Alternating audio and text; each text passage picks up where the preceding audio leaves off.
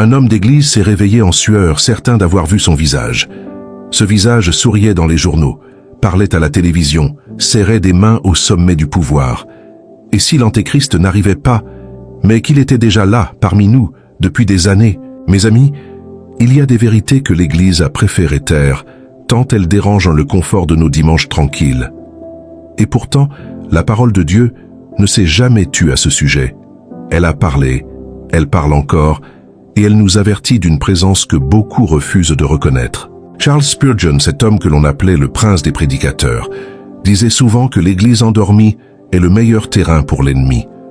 Il affirmait que le danger le plus grand n'est pas celui qui frappe à la porte en criant, mais celui qui entre par la fenêtre du silence, pendant que les croyants somnolent dans leur certitude. Aujourd'hui, je veux vous parler d'un sujet que peu osent aborder avec honnêteté, non pas pour vous effrayer, mais pour vous réveiller, car la Bible ne nous a jamais laissés dans l'ignorance sur les temps que nous traversons. Elle nous a donné des signes, elle nous a donné des preuves. L'apôtre Jean écrivait déjà dans sa première épître que l'esprit de l'Antéchrist était à l'œuvre bien avant que le monde ne le reconnaisse. Il ne parlait pas d'un événement lointain, réservé à une génération future. Il parlait d'une réalité déjà présente parmi les croyants de son temps. Spurgeon enseignait que l'homme religieux le plus dangereux n'est pas celui qui nie Dieu ouvertement, mais celui qui utilise le nom de Dieu pour construire son propre trône. Il disait que le loup le plus redoutable ne hurle pas dans la nuit. Il prêche en plein jour, vêtu d'une robe qui ressemble à s'y méprendre à celle du berger. Pensez-y un instant. Combien de voix aujourd'hui parlent de paix, d'unité, de progrès spirituel, tout en éloignant subtilement les cœurs de la croix? Combien de mouvements se réclament de la lumière tout en éteignant, une à une, les vérités que nos pères ont défendues au prix de leur sang? La première preuve que les Écritures nous donnent ne se trouve pas dans un événement spectaculaire à venir. Elle se trouve dans un esprit qui opère déjà, silencieusement, depuis des siècles. Un esprit qui remplace la repentance par le confort, qui remplace la croix par le succès, qui remplace Christ par l'homme lui-même. Paul avertissait les Thessaloniciens que le mystère de l'iniquité était déjà à l'œuvre de son vivant. Il ne décrivait pas un futur abstrait, il décrivait un processus, une infiltration, une préparation qui traverse les générations comme une rivière souterraine, invisible à la surface, mais creusant patiemment son lit. Spurgeon comparait cela à la rouille qui ronge le fer sans bruit. On ne voit pas la rouille agir jour après jour, mais un matin, la structure entière s'effondre. C'est ainsi, disait-il, que l'apostasie s'installe dans les cœurs et dans les nations, lentement, silencieusement, sans que personne ne sonne l'alarme à temps. Regardez autour de vous. Regardez comment les valeurs se sont inversées en une seule génération. Ce qui était appelé péché est célébré. Ce qui était appelé vertu est moqué. Et pendant ce temps, une figure de puissance, de charisme, de fausse spiritualité se prépare patiemment un chemin vers les cœurs affaiblis par l'absence de discernement. Nos grands-parents priaient avant chaque repas, lisaient l'Écriture à la lueur d'une lampe, redoutaient le péché comme on redoute le feu. Cette génération connaissait la valeur du silence devant Dieu. Aujourd'hui, ce silence a été remplacé par un vacarme constant de voix qui prétendent toutes détenir la vérité, alors qu'elles s'éloignent, chacune à sa manière, du fondement solide de la croix. La deuxième preuve concerne cette capacité troublante à séduire par les signes et les prodiges. Jésus lui-même avertissait ses disciples que de faux Christ et de faux prophètes se lèveraient, accomplissant des signes et des prodiges au point de séduire, si possible, les élus eux-mêmes. Ce n'est pas une mise en garde à prendre à la légère. Le miracle, à lui seul, ne prouve jamais la sainteté. Spurgeon insistait sur ce point avec une fermeté rare. Satan lui-même se transforme en ange de lumière. Ce n'est donc pas l'éclat qui doit nous convaincre, mais la fidélité à la parole tout entière. Combien de cœurs aujourd'hui courent après des sensations, des expériences, des voix qui promettent la guérison, la richesse, la révélation immédiate, sans jamais vérifier si ces paroles s'accordent avec l'Écriture. C'est précisément dans ce vide de discernement que l'esprit de l'Antéchrist trouve son terrain le plus fertile. Nos pères dans la foi connaissaient la parole par cœur, non pour l'exhiber, mais parce qu'elle était leur seule boussole dans un monde déjà trompeur. Aujourd'hui, beaucoup connaissent davantage la voix d'un orateur populaire que celle de l'esprit qui parle à travers l'Écriture. Et c'est exactement ce déséquilibre que l'ennemi attend depuis des générations. Spurgeon disait que la Bible n'a pas besoin d'être défendue comme un lion en cage. Elle n'a besoin que d'être libérée, car elle se défend elle-même dès qu'on la laisse parler. C'est cette confiance simple, presque enfantine, dans la suffisance des Écritures, qui manque cruellement à notre génération assoiffée de nouveautés. Mes amis, ce que je partage avec vous aujourd'hui n'est que le commencement. Nous allons ensemble dérouler les 4 preuves que la Bible nous donne, une à une, avec patience et avec révérence pour ce texte sacré qui ne ment jamais. Mais avant de continuer, je veux vous demander quelque chose de simple. Si votre cœur a besoin de retrouver cette proximité avec Dieu, cette intimité que le monde nous vole chaque jour à travers ses bruits et ses distractions, sachez que nous avons préparé un guide, disponible dans le commentaire épinglé, intitulé 21 jours pour restaurer votre intimité avec Dieu. Ce n'est pas un simple document. C'est un chemin de 21 jours pensés pour ceux qui sentent cette soif intérieure, cette distance silencieuse qui s'est installée entre leur âme et leur Créateur. Combien de nuits avez-vous prié sans sentir de réponse? Combien de fois avez-vous ouvert votre Bible en cherchant une chaleur que vous ne retrouviez plus? Ce guide existe précisément pour ces cœurs-là, pour ceux qui refusent de rester loin de Dieu alors que le monde s'agite autour d'eux sans direction. Acquérez ce guide dès aujourd'hui, car ces temps que nous traversons exigent des cœurs enracinés, profondément attachés à leur Créateur, et non des cœurs distraits, dispersés par le bruit de ce siècle. Et si cette parole a touché quelque chose en vous ce soir, abonnez-vous à cette chaîne. Rejoignez cette communauté qui refuse de dormir pendant que les temps changent, car ce que nous allons découvrir ensemble dans les prochaines minutes pourrait bien changer votre façon de voir le monde qui vous entoure. La première preuve que je veux poser devant vous ce soir se trouve dans les paroles mêmes de l'apôtre Jean, écrites avec une clarté que peu osent regarder en face. Il disait que quiconque nie que Jésus est venu en chair possède déjà en lui cet esprit de l'Antéchrist. Cet esprit qui, disait-il, était déjà dans le monde de son temps. Arrêtons-nous ici un instant, car cette phrase mérite toute notre attention. Jean ne parlait pas d'un homme unique, isolé, qui apparaîtrait soudainement à la fin des temps. Il parlait d'un esprit, d'une force spirituelle, capable de se glisser dans les doctrines, dans les chairs, dans les cœurs même de ceux qui se disent croyants. Et cet esprit a un objectif précis, diminuer la personne de Christ, tantôt en le réduisant à un simple homme bon, un sage parmi d'autres sages, tantôt en le présentant comme une énergie universelle, une conscience collective, quelque chose de flou qui ne demande ni repentance ni obéissance. Regardez comment, génération après génération, cette diminution s'est répétée sous 1000 visages différents. Des philosophies entières se sont construites pour expliquer Christ sans jamais accepter sa divinité pleine et entière. Des mouvements religieux se sont levés en utilisant son nom tout en vidant sa croix de sa puissance rédemptrice. Certains l'ont transformé en simple révolutionnaire social, effaçant sa résurrection pour ne garder que son message de justice terrestre. D'autres l'ont enfermé dans une image doucereuse, incapable de colère devant le péché, incapable d'exiger quoi que ce soit de sincère de la part de ceux qui prononcent son nom. Dans les deux cas, ce n'est plus le Christ des Écritures que l'on adore, mais une image façonnée selon les goûts changeants de chaque époque. C'est cela la première preuve. Non pas un événement à venir que nous devons attendre avec anxiété, mais une réalité déjà tissée dans l'histoire de l'Église depuis ses tout premiers siècles. Une lutte continue entre la vérité de l'Évangile et sa contrefaçon, toujours plus subtile, toujours plus convaincante en apparence. Pensez à combien de personnes, aujourd'hui encore, disent croire en Dieu tout en rejetant la nécessité de la croix. Elles acceptent un Dieu d'amour sans jamais accepter un Dieu de justice. Elles veulent la bénédiction sans la soumission, la grâce sans la repentance, le ciel sans jamais passer par le chemin étroit que Christ lui-même a désigné.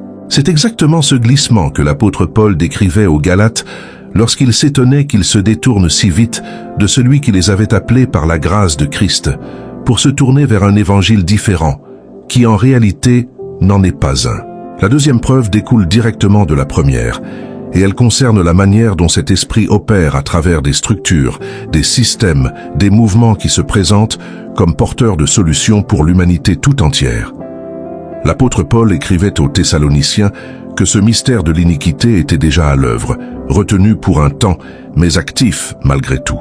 Un mystère, mes amis, n'est pas quelque chose de caché entièrement. C'est quelque chose qui se dévoile progressivement, par fragments, à ceux qui ont des yeux pour observer et un cœur pour discerner. Et ce mystère s'est manifesté à travers l'histoire par des empires, des idéologies, des mouvements qui promettaient l'unité universelle en écartant Dieu de l'équation. L'histoire elle-même porte les traces de ces tentatives répétées. Des empires ont voulu unifier les peuples sous une autorité unique, effaçant les différences religieuses au nom d'un ordre supérieur. Des idéologies entières ont promis un paradis terrestre construit sans Dieu, souvent au prix d'un sang immense. Et pourtant, à chaque génération, une nouvelle voix se lève pour proposer, encore une fois, la même solution recyclée sous un nouveau nom. Chaque siècle a vu se lever une promesse de paix mondiale, de fraternité universelle, de solution ultime aux problèmes de l'humanité, toujours construite sur des fondations humaines, sans jamais revenir à la seule fondation véritable, celle posée par Christ lui-même. Et chaque fois ces promesses se sont effondrées, laissant derrière elles davantage de division, de souffrance et de confusion. Ce schéma n'est pas un hasard. Il révèle une logique spirituelle profonde, celle d'un ennemi qui préfère rarement la confrontation directe, préférant l'infiltration lente, la substitution progressive, l'usure patiente des fondations bibliques au profit de fondations humanistes qui semblent nobles en apparence, mais qui, à la racine, écartent la souveraineté de Dieu. Regardez aussi comment le langage lui-même s'est transformé au fil des décennies. Des mots qui portaient autrefois un poids sacré ont été vidés de leur substance, réutilisés pour désigner toute autre chose. Le péché devient une maladie psychologique. La repentance devient une thérapie personnelle. Le salut devient une simple réalisation de soi, un épanouissement individuel détaché de toute transcendance. Cette dilution progressive du vocabulaire spirituel n'est pas anodine. Elle prépare les esprits à accepter sans résistance une spiritualité sans croix, une religion sans sacrifice, une foi sans obéissance. Et c'est précisément dans ce terrain préparé que l'esprit de l'Antéchrist trouve les cœurs les plus réceptifs à ses futures manifestations. Certains d'entre vous se demandent peut-être pourquoi je m'attarde autant sur ces fondements avant d'aller plus loin. C'est parce qu'aucune des preuves suivantes n'aura de sens véritable si nous ne comprenons pas d'abord cette réalité fondamentale. L'Antéchrist n'est pas seulement un homme qui viendra un jour occuper une position de pouvoir mondial. Il est avant tout l'aboutissement visible d'un esprit qui travaille depuis des siècles dans l'ombre des cœurs et des systèmes humains. Cette vérité change tout dans notre manière de veiller. Elle nous appelle non pas à scruter uniquement les journaux et les événements politiques à la recherche d'un visage précis, mais à examiner nos propres cœurs, nos propres doctrines, nos propres compromis silencieux, avec un monde qui redéfinit constamment ce qu'est la vérité. Car avant de reconnaître l'ennemi à l'extérieur, encore faut-il refuser de lui laisser une place à l'intérieur. C'est cette vigilance intérieure que les Écritures nous demandent, jour après jour, dans nos pensées, nos paroles, et la manière dont nous recevons ce qui se présente à nous comme une vérité spirituelle nouvelle. Gardez cela présent à l'esprit, tandis que nous avançons ensemble vers les preuves suivantes.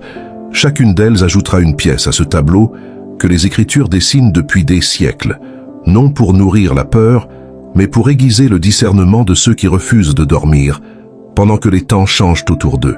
Ce que nous découvrirons ensuite touchera des réalités encore plus concrètes, visibles dans notre monde actuel et dans les jours qui viennent, et vous comprendrez alors pourquoi ce sujet mérite toute votre attention et votre vigilance. La troisième preuve touche à quelque chose que nos yeux voient déjà, sans toujours en saisir la portée spirituelle. Jésus lui-même, sur le mont des Oliviers, avertissait ses disciples que des faux Christ et de faux prophètes se lèveraient, accomplissant de grands signes et des prodiges, au point de séduire, si cela était possible, les élus eux-mêmes. Remarquez la gravité de cette parole. Le Fils de Dieu ne parlait pas d'imposteur maladroit, facile à démasquer. Il parlait d'une séduction si raffinée, si convaincante, qu'elle menacerait même ceux qui marchent avec le plus grand sérieux dans la foi. Ce n'est pas la faiblesse de la contrefaçon qui doit nous inquiéter, mais sa ressemblance troublante avec la vérité. L'apôtre Paul complète cette image en décrivant la venue de l'inique comme accompagnée de toute puissance, de signes et de prodiges mensongers, ainsi que de toutes les séductions de l'injustice pour ceux qui périssent. Le mot est clair, puissance, signes, prodiges, rien de faible, rien d'ordinaire. Une manifestation capable d'impressionner les esprits les plus rationnels de notre époque. Pensez à combien de personnes aujourd'hui fondent leur foi non pas sur la fidélité constante de Dieu à travers sa parole, mais sur des expériences spectaculaires, des phénomènes inexpliqués, des démonstrations de pouvoir qui court-circuitent tout discernement biblique. Le signe devient la preuve, et la parole devient secondaire. Or les Écritures nous enseignent l'inverse depuis toujours. Même Moïse, lorsqu'il accomplissait des miracles devant Pharaon, voyait les magiciens égyptiens reproduire certains de ces signes par leurs pratiques occultes. Le miracle, à lui seul, n'a jamais été la marque exclusive de la présence de Dieu. Le discernement véritable exige que l'on revienne toujours à la fidélité du message annoncé. Le livre du Deutéronome va encore plus loin en avertissant que si un prophète se lève et annonce un signe qui s'accomplit réellement, mais qu'il vous entraîne ensuite à suivre d'autres dieux, vous ne devez pas l'écouter. Cette instruction, donnée il y a des millénaires, révèle une sagesse que notre époque a largement oubliée. La précision d'une prédiction, l'exactitude apparente d'un signe, ne suffisent jamais à valider une source spirituelle. Seule la fidélité au Dieu unique et à sa parole complète demeure le critère véritable, quelle que soit la puissance apparente du prodige accompli devant nos yeux. Regardez comment notre époque a préparé un terrain particulièrement fertile pour ce genre de séduction. Jamais l'humanité n'a eu accès à autant d'images, de démonstrations, de prétendues révélations diffusées instantanément à travers le monde entier. Une seule image, un seul événement mis en scène avec habileté peut aujourd'hui toucher des millions de cœurs en quelques instants, sans qu'aucune vérification spirituelle ne soit possible avant que la conviction ne s'installe. Cette capacité de diffusion instantanée n'existait dans aucune génération précédente, et c'est précisément dans ce contexte que les avertissements de Christ prennent une résonance particulièrement actuelle. Un prodige orchestré à l'échelle mondiale, visible simultanément par des milliards de personnes, pourrait accomplir en quelques heures ce que des siècles de préparation spirituelle n'ont jamais réussi à accomplir aussi rapidement. Nos ancêtres dans la foi devaient voyager des jours entiers pour entendre une seule prédication. Aujourd'hui, une image peut traverser la planète entière en quelques secondes, sans filtre, sans temps de réflexion, sans possibilité de vérifier calmement, à la lumière des Écritures, ce qui vient d'être vu. Cette rapidité elle-même devient un terrain favorable à la séduction, car elle ne laisse aucun espace à la prière, ni au discernement patient que la sagesse biblique a toujours recommandé à ceux qui veulent marcher fermement dans la vérité. L'apôtre Jean, dans sa révélation, décrit une figure capable de faire descendre le feu du ciel devant les hommes, séduisant ainsi les habitants de la terre par les prodiges qu'il lui est donné d'accomplir. Ce n'est pas une image isolée ou accessoire dans le texte biblique. C'est une pièce centrale du tableau prophétique que les Écritures dessinent depuis des siècles concernant les derniers temps. Certains diront que ces paroles appartiennent à un futur lointain, sans lien avec notre réalité présente. Mais rappelez-vous ce que nous avons établi dès le début. L'esprit qui prépare ces manifestations est déjà à l'œuvre depuis longtemps, façonnant patiemment les cœurs, les systèmes et même les outils technologiques qui rendront possible, à une échelle inédite, cette séduction annoncée. Regardez comment le monde célèbre aujourd'hui toute forme de pouvoir extraordinaire sans jamais poser la question essentielle. D'où vient cette puissance et vers qui conduit-elle réellement le cœur de celui qui l'observe?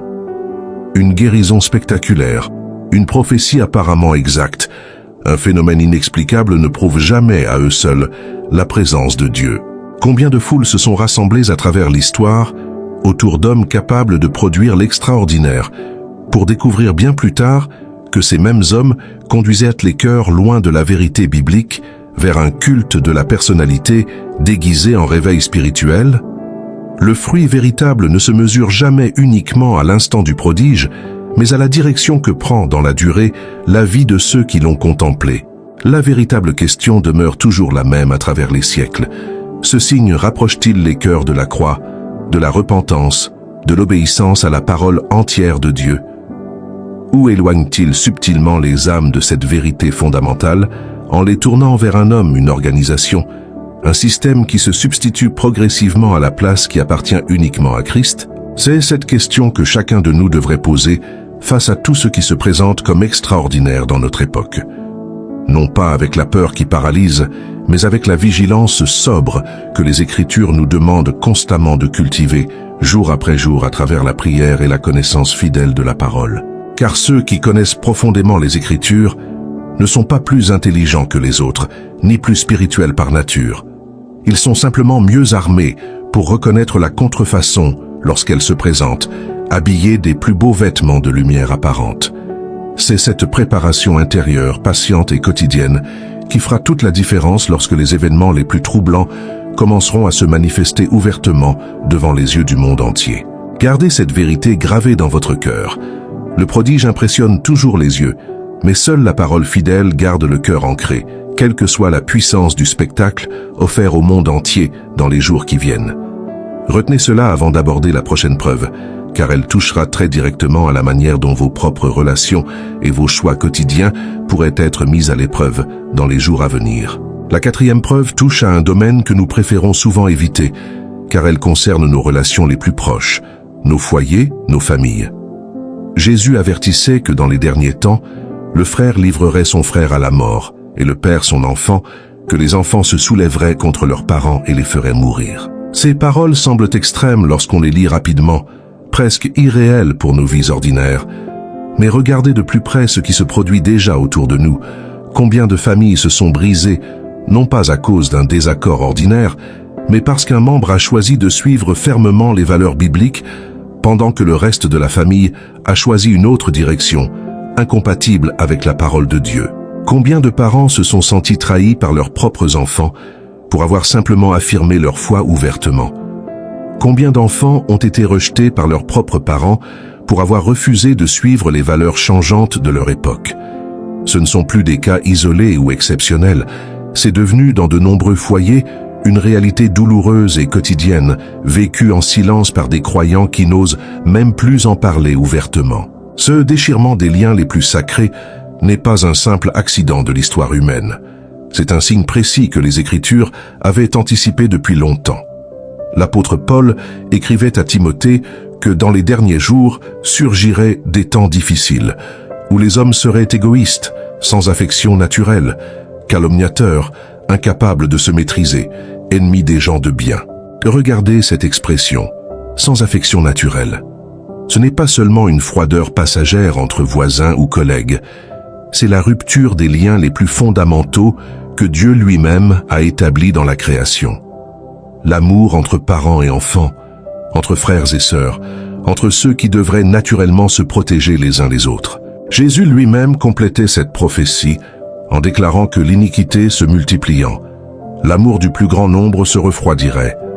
Ce refroidissement n'est pas une simple diminution de politesse sociale, c'est un épuisement progressif de la capacité humaine à aimer véritablement, à se sacrifier pour l'autre, à maintenir des engagements durables malgré les difficultés de la vie. Regardez comment les engagements les plus solennels de notre société se sont fragilisés en une seule génération. Les mariages qui autrefois duraient toute une vie se rompent aujourd'hui pour des raisons de plus en plus légères. Les amitiés se dissolvent au moindre désaccord. La loyauté, autrefois considérée comme une vertu essentielle, est désormais perçue par beaucoup comme une contrainte dépassée, incompatible avec l'épanouissement personnel. Cette dissolution progressive des liens n'est pas seulement une conséquence sociale ou psychologique. Elle prépare, spirituellement, un terrain où l'homme devient de plus en plus isolé, de plus en plus dépendant de systèmes extérieurs pour trouver sa sécurité, plutôt que des liens familiaux et communautaires que Dieu avait pourtant conçus comme un soutien mutuel essentiel. Et c'est précisément dans cet isolement grandissant que la quatrième preuve trouve toute sa force. L'apôtre Jean décrit dans sa révélation un système où nul ne pourrait acheter ni vendre sans porter une marque particulière, liée à un nom et à un nombre. Ce passage a été moqué pendant des siècles comme une image impossible à réaliser concrètement dans le monde réel. Pourtant, regardez comment notre époque a construit patiemment les fondations technologiques d'un tel système. L'argent liquide disparaît progressivement au profit de transactions entièrement numériques. Des systèmes d'identification biométrique se généralisent dans presque tous les domaines de la vie quotidienne. Ce qui semblait relever de la fiction religieuse il y a seulement quelques décennies devient, sous nos yeux, une infrastructure technique déjà largement disponible. Dans plusieurs régions du monde, il devient déjà difficile, voire impossible, de payer certains services sans passer par des systèmes numériques centralisés. Des cartes, des applications, des identifiants biométriques remplacent progressivement les moyens d'échange traditionnels. Ce basculement s'opère sous couvert de commodité, de sécurité, de lutte contre la fraude. Des raisons toutes légitimes en apparence, mais qui construisent, pièce par pièce, l'architecture même que les Écritures décrivaient il y a 2000 ans, bien avant que la technologie ne le rende possible. Je ne vous dis pas que cette marque existe déjà sous sa forme finale et définitive, mais je vous dis que les outils nécessaires à son application universelle n'ont jamais été aussi proches d'exister concrètement qu'aujourd'hui. Et cette proximité technique, chaque jour plus concrète et plus tangible, devrait nous pousser non pas à la panique ni à l'angoisse stérile, mais à un examen sérieux et honnête de notre propre dépendance envers ces systèmes qui promettent confort et sécurité immédiate. Pensez à combien notre génération accepte, presque sans résistance, de céder chaque parcelle de sa vie privée en échange d'un peu de confort supplémentaire.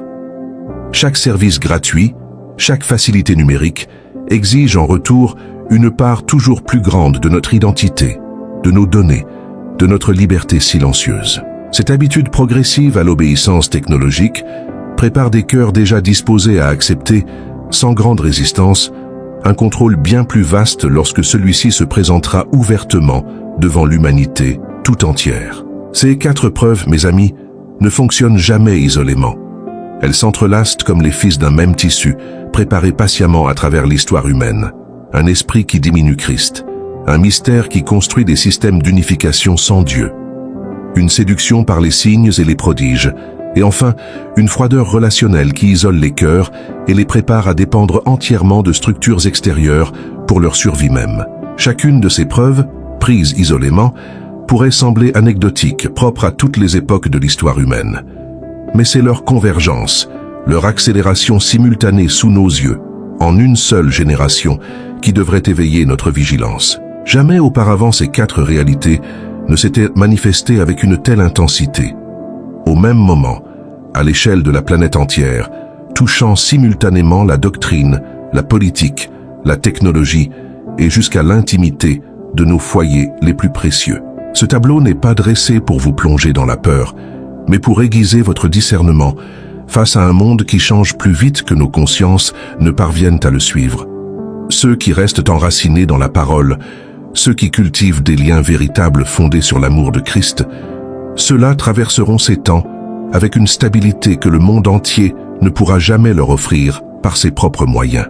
C'est cette stabilité intérieure, fondée non sur les circonstances changeantes, mais sur la fidélité constante et immuable de Dieu, qui distinguera véritablement ceux qui tiennent fermement debout de ceux qui s'effondrent lorsque les vents contraires se lèveront avec toute leur force redoutable. Maintenant que ces 4 preuves ont été posées devant vous avec clarté, une question demeure, plus importante encore que toutes les autres. Que faisons-nous concrètement de cette connaissance? Car la parole de Dieu ne nous a jamais donné ces avertissements pour nourrir notre curiosité ou alimenter des débats sans fin, mais pour transformer réellement notre manière de vivre chaque jour qui nous est donné. Jésus lui-même, après avoir décrit les signes des derniers temps à ses disciples, ne concluait pas par un appel à la spéculation ou à l'analyse fébrile des événements mondiaux. Il concluait par un appel simple et direct.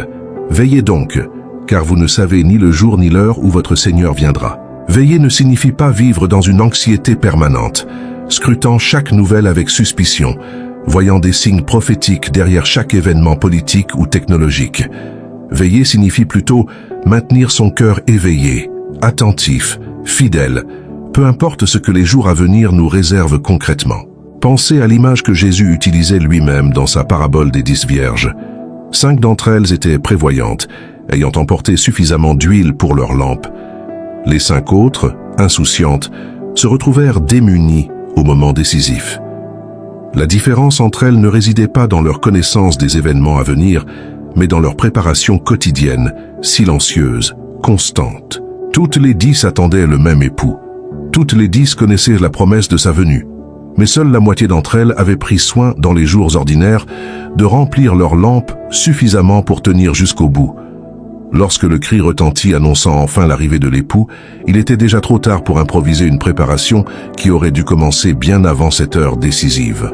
Cette huile, mes amis, représente cette relation intime et cultivée avec Dieu, entretenue jour après jour, bien avant que la crise n'éclate. On ne se prépare pas à la tempête au moment où elle frappe déjà à notre porte. On se prépare dans le calme apparent des jours ordinaires, à travers la prière fidèle, la lecture constante des Écritures, l'obéissance quotidienne aux principes que Dieu nous a confiés. Combien d'entre nous remettent constamment à demain cette relation profonde avec Dieu, pensant qu'il sera toujours temps de s'y consacrer véritablement lorsque les circonstances deviendront plus calmes, plus favorables. Mais la vie elle-même nous enseigne que ce moment idéal n'arrive presque jamais. C'est aujourd'hui, dans l'ordinaire de vos journées, que se construit la profondeur spirituelle qui vous soutiendra véritablement lorsque l'épreuve se présentera sans prévenir. Regardez comment notre époque nous pousse constamment vers l'urgence, vers la réaction immédiate, vers la consommation rapide d'informations sans jamais laisser le temps à la réflexion profonde et sincère. C'est précisément dans ce rythme effréné, saturé de bruit et de distractions incessantes, que beaucoup de croyants perdent, sans même s'en rendre compte, cette huile précieuse dont ils auront besoin lorsque les circonstances deviendront réellement difficiles à traverser. L'apôtre Pierre nous encourageait à être sobres et à veiller, car notre adversaire, le diable, rôde comme un lion rugissant, cherchant qui il pourra dévorer.